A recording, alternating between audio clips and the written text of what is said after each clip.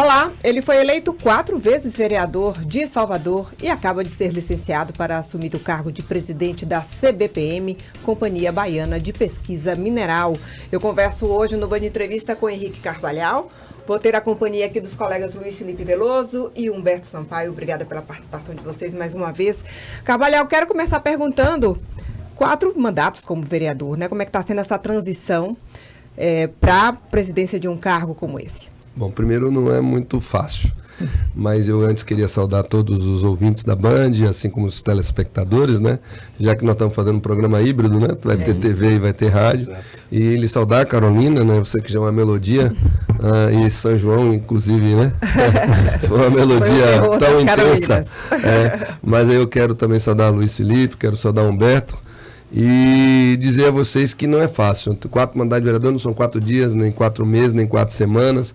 É um longo processo que eu vivi. E eu fui líder estudantil. E quando, nas lutas que eu empreendi na época, como um jovem adolescente, né? Pelo passo estudantil, pela minha entrada no cinema, ocorreu um fato, por exemplo, eu fui detido pela polícia numa manifestação. Nessa manifestação, o vereador Nando Lessa, o vereador Ravel Faia da época, foram também detidos comigo. E eu gritei por Lessa, me tire daqui, né? E ele, inclusive, na última sessão que eu participei na Câmara, onde eu resgatei essa memória, ele foi lá, né, de forma objetiva tentar me proteger. E acabou sendo detido também. Mas, para mim, ficou claro a importância que um mandato parlamentar tem. O mandato parlamentar não é de uma pessoa, não representa aquela pessoa ali, tem um exercício político de uma representação social importante.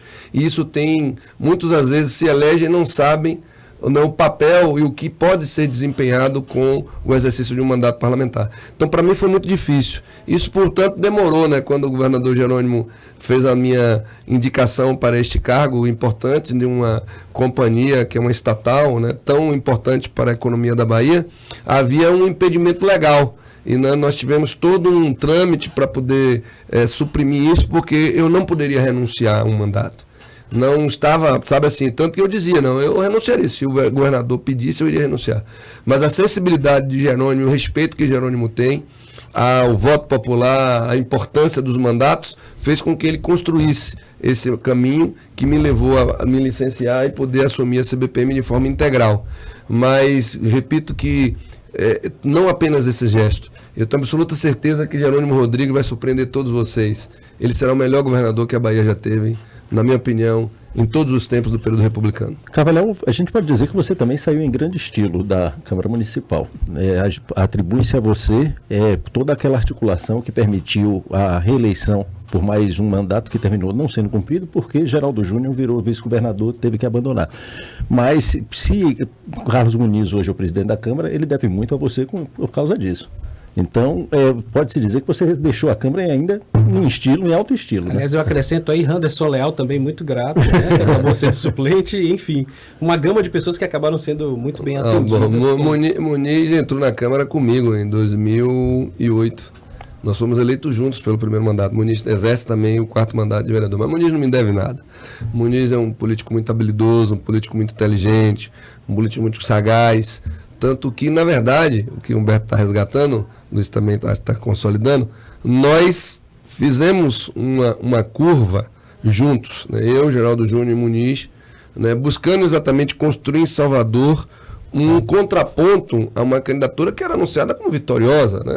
A Semineto já estava até com faixa encomendada, paletó comprado, gravata, sapato, cinto, não sei se a cueca, mas que a cueca eu acho que muita gente ia querer dar de presente, né?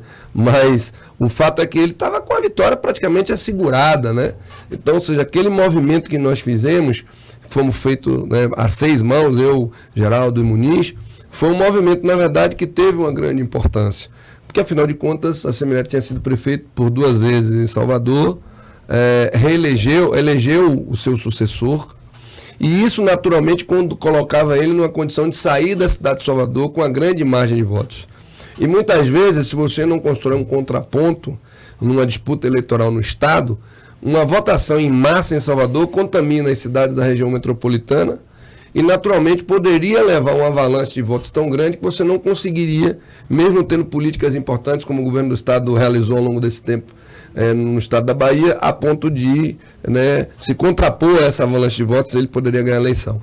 Mas o fato é que Muniz é presidente da Câmara, também pela sua trajetória, né, pela sua história.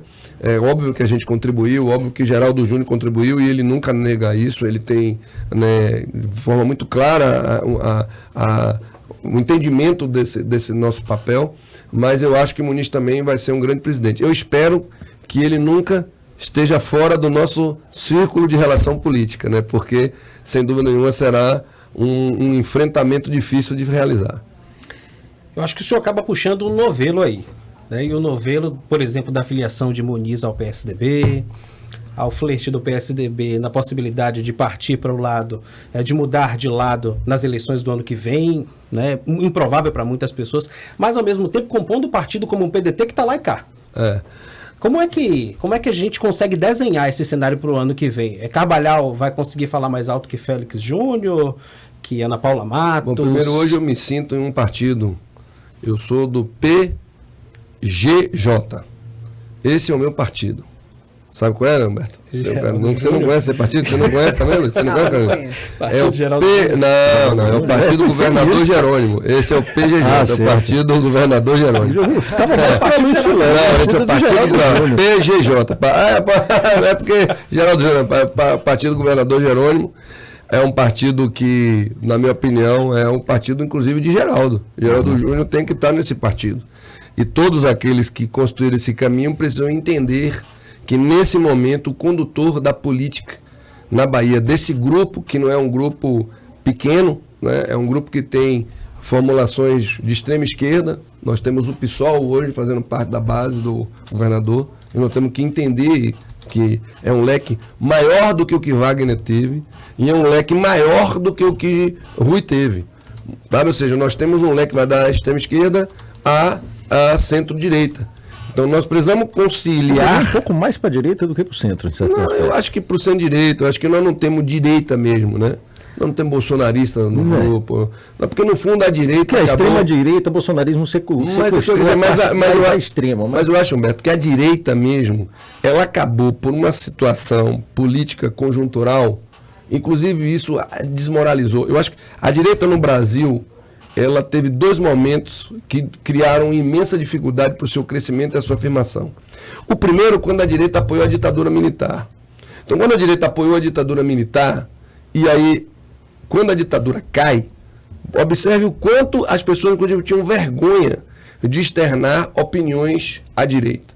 Porque os círculos de civilização eram exatamente de combate àquela formulação, né? Porque ela se unificava a um regime que não mais conseguiria agradar a opinião de qualquer pessoa que tivesse um mínimo de razoabilidade. Isso também você chega hoje, desculpe, cara, né? Hoje na situação dos bolsonaristas. Então a direita acabou se unindo, porque quando você chama de extrema direita, você quer chamar dos estúpidos. Aí me perdoe, sou jornalista como você, mas você quer falar dos que defendem que a Terra é plana, que são anti-ciência, que não é... Então, esses não são de extrema-direita, esses são os imbecis, né? Que, na verdade, povoam ainda a sociedade, contaminaram muita gente. E o que é pior, para mim, é ver gente que tem nível superior, né? Que ocupa posição social de destaque, mas que defendem... em função de uma posição política contrária a uma posição mais à esquerda, de extrema estupidez. Né? Mas isso o senhor acha que justificaria justamente a sua transição? Porque o senhor foi eleito primeiramente como do PT. Isso. Depois foi mais para o lado, chegou a ser apoiador da gestão de Assemineto. Agora estamos aqui, o senhor está aí defendendo o governador Jerônimo Rodrigues. Como é que fica essa transição? Eu não tenho nenhum problema, porque assim, os partidos, as siglas, que a população, inclusive, né, vem como uma sopa de letras, né? Eu, na realidade, sempre tive uma posição esquerda. Quando você fala, eu fui eleito vereador mais votado da história do PT, fui reeleito pelo PT, e eu tive problemas políticos com a direção do partido naquele instante. E eu vejo nitidamente que eu tinha uma opção a fazer, ou sair do PT, ou ficar no PT e ser derrotado porque eu seria derrotado dentro da minha própria trincheira. Então eu parti. Porém, observe, o governo de ACM Neto, e isso eu tenho muita clareza, em função, inclusive, da relação que nós construímos, nós não construímos uma relação a partir apenas de interesse pessoal. Vamos lá, o que é o programa Morar Melhor? É um programa de esquerda. O que é o programa Primeiros Passos? É um programa de esquerda. Então, ou seja, Neto, naquele instante, incorporou em função de todo o debate político que foi travado, né, elementos que nos permitem, na verdade, influenciar naquele governo. Né? Então, o governo de Neto não foi um governo de direita. Tanto que Neto, mesmo sem ter opção, tá certo, não apoiou Bolsonaro na sua primeira eleição. Naquele instante ele já poderia ter. Note que ele apoiou Bolsonaro no segundo turno, mas no primeiro turno que ele apoiou Alckmin, porque o povo esquece, Neto deu 5 mil votos para Alckmin em Salvador, pô. Alckmin teve menos votos do que Cabo Daciolo. Neto não interviu naquele processo. No segundo turno, em função do Bavi, que virou o processo, porque eu sei que Neto não queria apoiar Bolsonaro, Neto queria apoiar Haddad. Isso é fato. Isso foi, assim, ele pode negar sobre tortura, mas isso é uma questão óbvia. Assim como o sonho dele era apoiar Lula nessa eleição. Então, vamos trabalhar com ele. Então, a minha ida a Neto não me tirou do meu campo de atuação de esquerda. Mesmo Neto tendo sido vindo de uma família de tradição política mais à direita, que apoiou a ditadura, que é isso que nós pontuamos aqui, mas a minha aliança com Neto não me tirou do campo da esquerda. E eu era líder de Neto, quando no segundo turno ele apoiou Bolsonaro. E eu, como líder dele, apoiei Haddad. Tinha essa liberdade, tinha essa condição, e principalmente, né, isso seja, eu em nenhum momento deixei de trilhar o meu campo, porque quando a gente fala esquerda e direita, né, como professor, direita e esquerda são terminologias políticas que vêm da Revolução Francesa, né? Então, ou seja, quando havia uma disputa entre os jacobinos, que representavam a pequena burguesia, e também eram apoiados pelos sans-culottes. Agora você sabe o que é sans-culottes? Traduzindo ao pé da letra. O sem colete. Não, sem colote. Culote é uma cirola. Os laterais. Por que a gente chama essa parte do bumbum aqui, né, que é mais saliente? A gente chama de culote. A gente chama de culote porque aquelas cirolas eram mais salientes aqui desse lado, né? Então, ou seja, na verdade, ao pé da letra, se a gente for traduzir, é sem culote. Mas se eu for traduzir, é sem cueca. Ou seja, eram trabalhadores tão pobres e empobrecidos que eles não tinham dinheiro para comprar cueca. Então, você tinha os sans-culottes, que é para uma pequena burguesia, que sentavam à esquerda. E a grande burguesia, os industriais, etc., que sentavam à direita. Hoje, direita é quem defende o status quo, e quem é de esquerda é quem combate o status quo. Carvalho, vamos falar então da CBPM, né? Depois a gente volta um pouco para a política e para as polêmicas da política. Mas a Bahia é o terceiro maior estado em arrecadação de compensação aí financeira pela exploração mineral, atrás apenas de Minas e do Pará. Eu queria saber quais são as perspectivas agora. A tendência é essa de crescimento, de produção mineral, o avanço aqui no estado, principalmente agora com o lançamento aí do primeiro trecho da FIOL, né? Que é a Ferrovia Oeste-Leste. Vocês vão ter uma grande surpresa nos próximos meses. Na verdade, espero daqui até o final do ano, até porque são ações que nós vamos anunciar que estavam previstas para serem realizadas em 2029. Porque, na verdade, a mineração, de fato, ela tem retornos a muito longo prazo, né? A CBPM tem 50 anos de existência.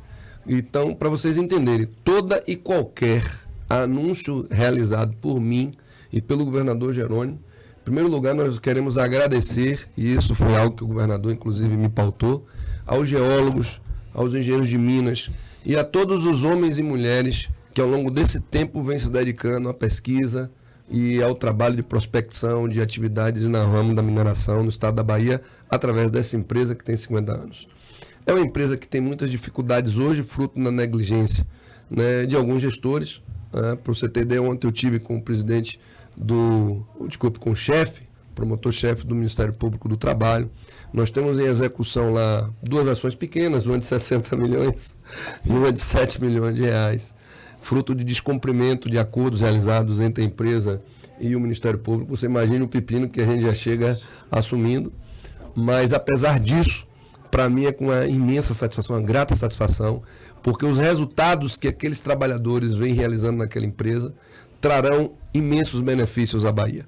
Quando vocês dizem, olha, a Bahia hoje é o terceiro estado brasileiro na produção mineral, é fruto dessas pessoas que se dedicaram a sua vida a esse trabalho, e a eles e a elas todas as minhas homenagens, o meu respeito. Nós precisamos fazer um PDIV naquela empresa, né, que é um plano de incentivo à demissão voluntária, que inclusive existe uma decisão judicial. Tem pessoas lá com 50 anos de empresa. Nossa. Já estão aposentadas, mas elas não podem ser desligadas se a empresa não fizer esse plano de incentivo à demissão voluntária.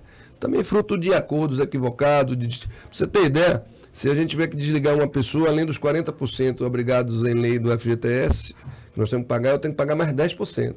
Então são coisas que foram sendo realizadas e que de fato deram uma desarrumada na empresa. Por outro lado, como eu disse para vocês, eu quero que vocês saibam que a Bahia terá grandes anúncios a fazer nessa área de mineração. O presidente Lula e o governador Jerônimo Rodrigues entendem a mineração como de extrema importância para o desenvolvimento econômico do país.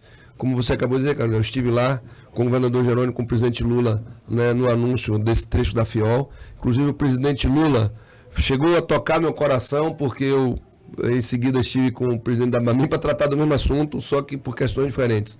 O presidente Lula disse para a Bamin que a obra da FIOL, que está prevista para o final de 2029, fosse concluída antes de 2026. E a Bamin tem uma empresa, fruto do trabalho de pesquisa da CBPM, que também está previsto iniciar a operação em Caetité em 2029. Eu ainda não tive esse tipo de conversa, mas eu vou apertar eles. E, por outro lado, também colocaria as forças que o Estado tem para tentar resolver aquilo que tange nas questões de burocracia estatal, para que eles operem o mais rápido possível, que ali serão 3 mil empregos diretos e 5 mil empregos indiretos numa outra área, que esta empresa, não é à toa que ela está construindo a FIOL. Eles hoje realizam uma produção de minério de ferro, mas eles irão produzir outros minérios que eu gostaria apenas de anunciar, né, quando eles fossem entrar em operação, mas com um valor agregado muito maior do que o minério de ferro. Mas eu vou lhe interromper e lhe pedir licença para perguntar o seguinte: até a FIOL, o que será da produção, da pesquisa e da produção mineral na Bahia, considerando que essa logística feita por carretas, por caminhões, Humberto, esse escoamento, Carol, que também é do interior do estado, a gente transita muito pelas estradas. Sim. E algumas delas estão sucateadas muito fruto. Principalmente as federais. Muito fruto do uso, e eu vou chamar de abuso aqui, mas tendo cuidado de não ser pejorativo no uso da palavra, um certo abuso desse peso excessivo provocado por essas carretas.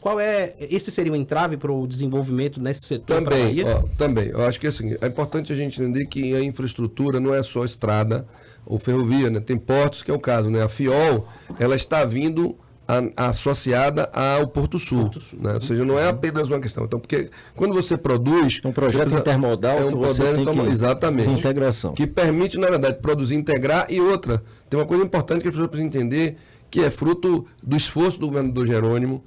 Ou seja, os trens levam minério, mas voltam como descarregados? Não, vão voltar carregados de outros insumos que estão sendo projetados para exatamente fazer com que você possa desenvolver a região e tudo de uma forma integral. Aí não necessariamente diz respeito a mim, mas é uma ação que eu sei que o governador está tratando.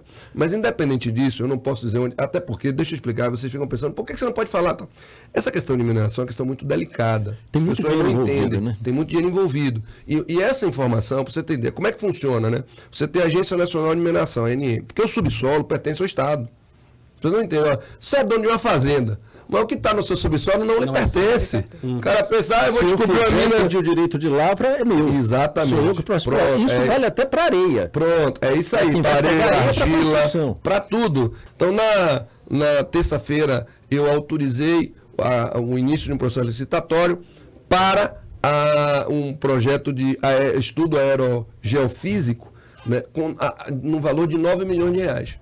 Então, se eu digo para vocês onde está sendo, ou seja, tem pessoas que vão correr e vão requerer aquela área, tá certo? Ou seja, e vão obter ganhos econômicos sobre aquela área com recursos, fruto depois de estudos que foram pagos pelo governo do estado da Bahia. A Bamin explora uma área que já rendeu $1 bilionário.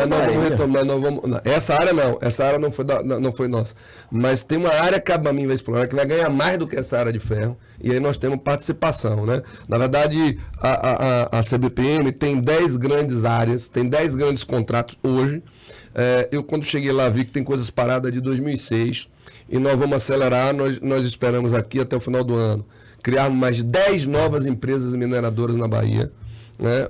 Eu acabei de dizer, eu estou lá há menos de 2 semanas, na prática. Carvalho, mas eu acredito que a gente tem condição de desembolar isso, e nós teremos já no ano que vem 10 novas empresas de mineração produzindo, gerando riqueza e emprego na Bahia. Outro anúncio econômico importante que tivemos nos últimos dias, para além da FIOL, foi a instalação aqui das 3 unidades Fabris da BYD aqui em Camaçari. Uma delas é para beneficiamento de ferro fosfato e também de lítio. São 2 minerais que a gente encontra aqui no estado da Bahia, principalmente ali perto da fronteira, da divisa com Piauí, perdão.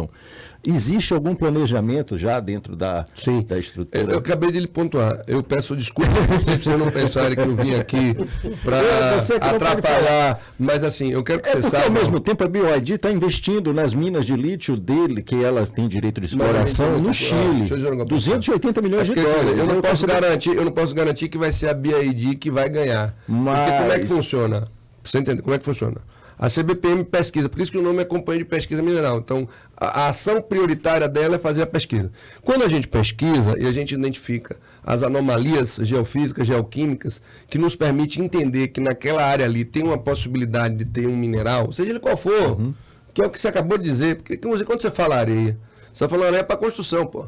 Mas a fibra ótica que está aqui na internet é feita de um tipo de areia. Tá certo? Ou seja, existem areias que, na verdade, para o silício não deixa de ser areia. Então, é preciso que as pessoas entendam que, quando a gente está falando de areia, e que muitas vezes a gente identifica, mas é porque o mercado internacional, ele estabelece alguns elementos de pureza para que aquele produto tenha valor agregado, tá certo? Então, esse valor, muitas vezes a gente precisa iniciar um processo de pesquisa que permita você dar a ele aquele tipo de pureza que será aceito no mercado internacional. Quantas pesquisas dessas a gente tem em curso hoje? Eu quero dizer um negócio para vocês que é uma grande honra. Nós temos 700 áreas hoje que nós estamos desenvolvendo, e dessas 700 áreas, nós temos grandes áreas que trarão grandes recursos, e eu espero ainda esse ano, portanto é uma decisão do governador Jerônimo, poder, repito, é uma área gigantesca, é uma área de 100 quilômetros de rocha mineral, multimineral,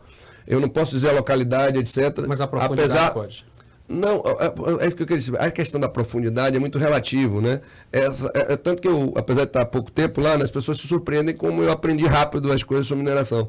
Essa área, por exemplo, é uma área em que vai ser uma mina praticamente a céu aberto. Ou seja, o que vai baratear muito. E que vai ser uma fronteira econômica gigantesca para o estado da Bahia. Agora, como repito, eu só não posso adiantar, mas eu acredito que o governador, a estratégia vai ser dele. Ele pode estabelecer um anúncio na Bolsa de Valores, ele pode estabelecer uma licitação simples, né? A forma como ele vai traçar porque quem governa a Bahia é Jerônimo Rodrigues. Então, quem governa a política mineral na Bahia é Jerônimo Rodrigues. Eu estou lá para executar a política que ele identificar. Eu estou lá para, como executivo, fazer com que a empresa cumpra o seu papel.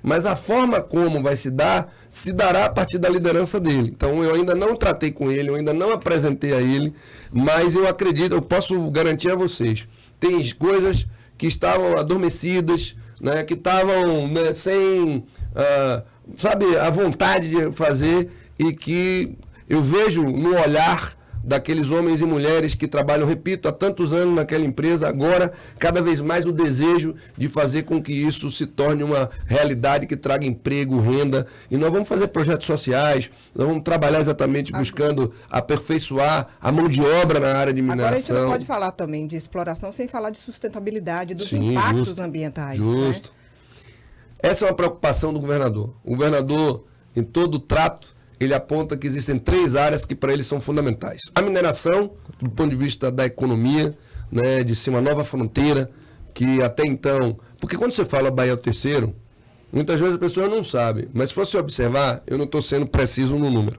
mas a proporção de Minas, que é o primeiro, do Pará, que é o segundo, para a Bahia, é uma proporção decimal. Ou seja, nós estamos muito aquém da produção do Pará e de Minas Gerais. Mas nós somos a terceira, beleza. Mas a proporção nossa é infinita, tá certo? É infinitamente maior. Aquele centro administrativo... A satisfação é que a Minas Gerais já está praticamente toda mapeada e praticamente tudo produzido. Não tem mais não, tem muita coisa que eles estão fazendo. A Bahia ainda só para você ter uma dimensão de recurso. O Pará já não digo. Você conhece o centro administrativo de Minas Gerais? Conheço. Pronto. Quem bancou aquele centro administrativo foi equivalente em Minas da CBPM. Aquilo foi tudo pago com o recurso da empresa de mineração de Minas Gerais. Foi a grande obra de Aécio. Foi a grande obra. Foi a grande, pronto. E aquilo foi pago com o dinheiro da empresa de mineração de Minas Gerais. Equivalente à CBPM de Minas foi quem bancou aquela obra lá. Então, ou seja, nós temos um grande potencial.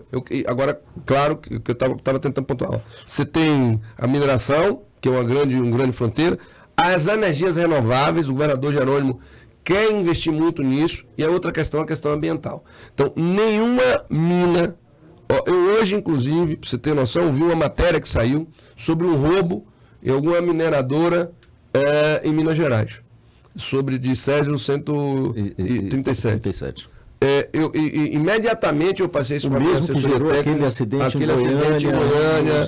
Agora, só lembrando que lá em Goiânia foi um pequeno fragmento que era utilizado no aparelho de raio-x. Eu, inclusive, fiz um projeto de lei quando vereador. O projeto foi aprovado, depois foi vetado pelo prefeito, João Henrique, na época, que exatamente estabelecia uma proibição e um controle, proibição da circulação de carga radioativa em Salvador, né, e com um controle, na realidade, né, do que já existia, porque você tem não só raio-x, mas você tem máquinas de ressonância magnética, máquinas que você possui esses instrumentos radioativos e que podem gerar danos à saúde da população. Carol, me permita voltar para a política, sim, porque claro. É palpitante. Dentro do PDT, a gente fez a pergunta há pouco, o senhor falou que o senhor era do PGJ. Né? Dentro do PDT, hoje, a grande questão é a seguinte: uma corrente levanta que a vice-prefeita Ana Paula Matos teria de observar um pouco mais e talvez ela não fosse a pessoa mais indicada ou para sair numa futura chapa de reeleição de Bruno Reis, ou mesmo para sair numa candidatura puro sangue, quem sabe, do PDT.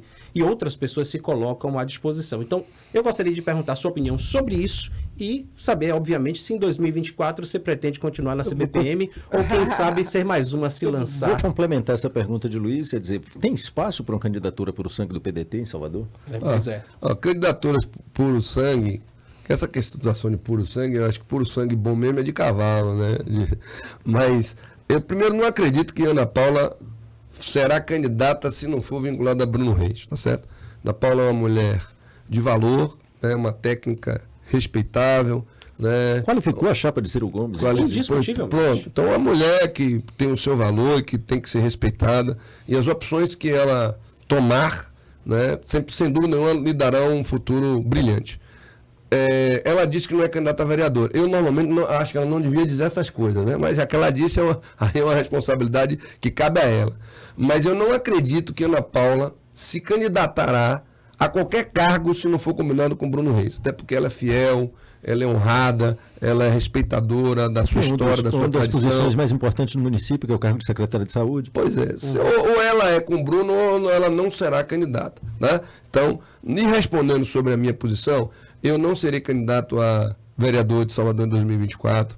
Isso já é um compromisso meu com o governador Jerônimo. O governador Jerônimo me quer no governo. E eu estou no governo, de corpo e alma. E aproveitando, meu candidato é Moisés Rocha. Olha só. Tá vendo aí? Assim, Carol? Pois é. Bom, eu quero agradecer, viu, Carvalhal, aqui pela sua participação. Agradecer a Humberto, a Luiz Felipe. Sempre agradeço. E agradecer a você também que acompanhou a gente aí do outro lado. Até a próxima.